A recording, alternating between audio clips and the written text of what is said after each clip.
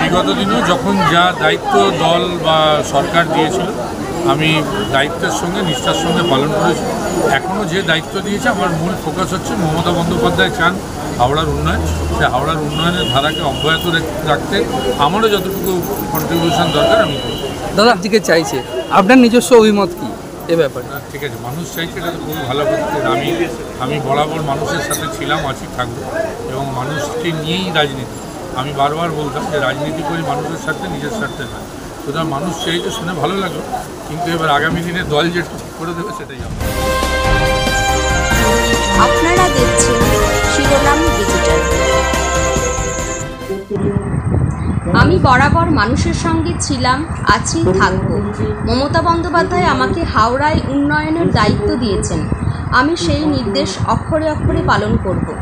আগামী দিনে দল যা নির্দেশ দেবে সেই অনুযায়ী চলব, মন্তব্য করলেন রাজ্যের প্রাক্তন মন্ত্রী, বর্তমানে হাওড়া জেলা পরিষদের মেন্টর রাজীব বন্দ্যোপাধ্যায়। পরিবারের ডাকে আমাদের মধ্যে এসে উপস্থিত হয়েছেন আমাদের আজকের অনুষ্ঠানে অন্যতম বিশেষ অতিথি হাওড়া জেলা পরিষদের মেম্বার মাননীয় শ্রী রাজীব গতকাল হাওড়ার বিরারে সমাজসেবী সম্বন্ধে অর্থাৎ দেবপরিবারের উদ্যোগে লোকনাথ বাবার ১৩৫তম তিরোধান দিবস উপলক্ষে এক অনুষ্ঠানে এসে সাংবাদিকদের প্রশ্নের উত্তরে একথা বলেন তিনি। অর্থাৎ দেব পরিবারের যে অনুষ্ঠান চলছে, আমি প্রথমবার এলাম।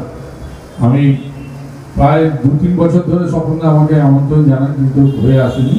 এবছর আমি কথা দিয়েছিলাম আমি আসবো, এবং আজকে এসে এই যা আয়োজন আমি দেখতে পাচ্ছি যে আজকে বাবার তিরোধান দিবস, এবং সেই তিরোধান দিবস উপলক্ষে যে আয়োজন এই দেব পরিবার করেছে, আমি স্বপন দে সহ দেব পরিবারের সবাইকে আমার অন্তঃস্থল থেকে কৃতজ্ঞতা জানাই।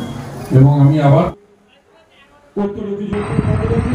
অনুষ্ঠানে অন্যান্যদের মধ্যে উপস্থিত ছিলেন হাওড়া পুরসভার প্রশাসক মণ্ডলীর চেয়ারম্যান ডাক্তার সুজয় চক্রবর্তী, প্রাক্তন মেয়র পরিষদ ভাস্কর ভট্টাচার্য, প্রাক্তন পুরপিতা ত্রিলোকেশ মণ্ডল, অমিত চক্রবর্তী, দেবতনু লাহা প্রমুখ। মাননীয় অমিত চক্রবর্তী মহাশয়কে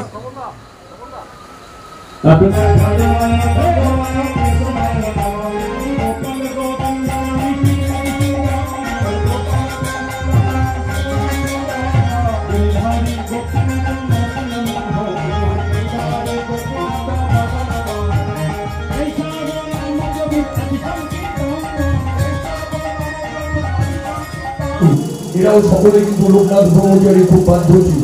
তারা কিন্তু ওনার ভগবান প্রার্থনায়, ঠাকুরের নাম কীর্তনে কখনো বাধা দান করেনি, বরঞ্চ লোকনাথ বাবার কথা শুনে তারা দোষ স্বীকার করতেন।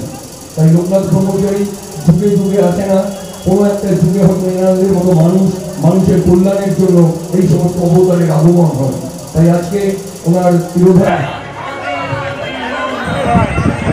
গত ১০ বছর ধরে লোকনাথ বাবার তিরোধান দিবস উপলক্ষে জনসাধারণকে ভোগ খাওয়ান বিরাডিনীর দে পরিবার। পরিবারের কর্তা স্বপন দে জানান, প্রায় ৬,০০০ মানুষকে পোলাও, আলুর দম, চাটনি, পায়েস ও আম খাওয়ানো হয়েছে। যেটা হচ্ছে দে পরিবারের পরিচালনায় কি বলবেন, মানে কতদিন ধরে করে আসছেন এবং কি ব্যাপারে? আমরা প্রায় গত ১০ বছর ধরে এই উৎসবটা করে আসছি। শ্রী লোকনাথ ব্রহ্মচারীর তিরোধান উৎসব, এটা ১৩৫তম। এখানে প্রচুর লোকের সমাগম হয় ঠাকুরের আশীর্বাদে।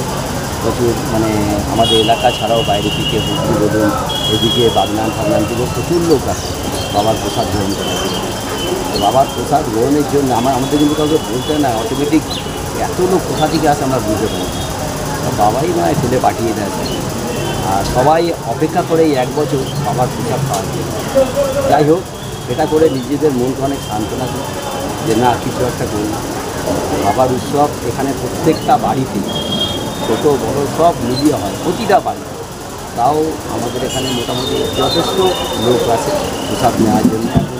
আমরা ৩টে থেকে চালু করেছি, মোটামুটি ধরে রাখুন ১১টা অবধি প্রসাদ বিতরণ চলবে। আপনি এই যে হাজার হাজার মানুষকে যে আজকে প্রসাদ খাওয়াচ্ছেন, এটা আপনার কেমন লাগে? এটা করে আমি যে এত তৃপ্তি পাই, মানে ভাবনার বাইরে। গত বছর আমি করতে পারিনি, আমার মনে খুব কষ্ট লেগেছে।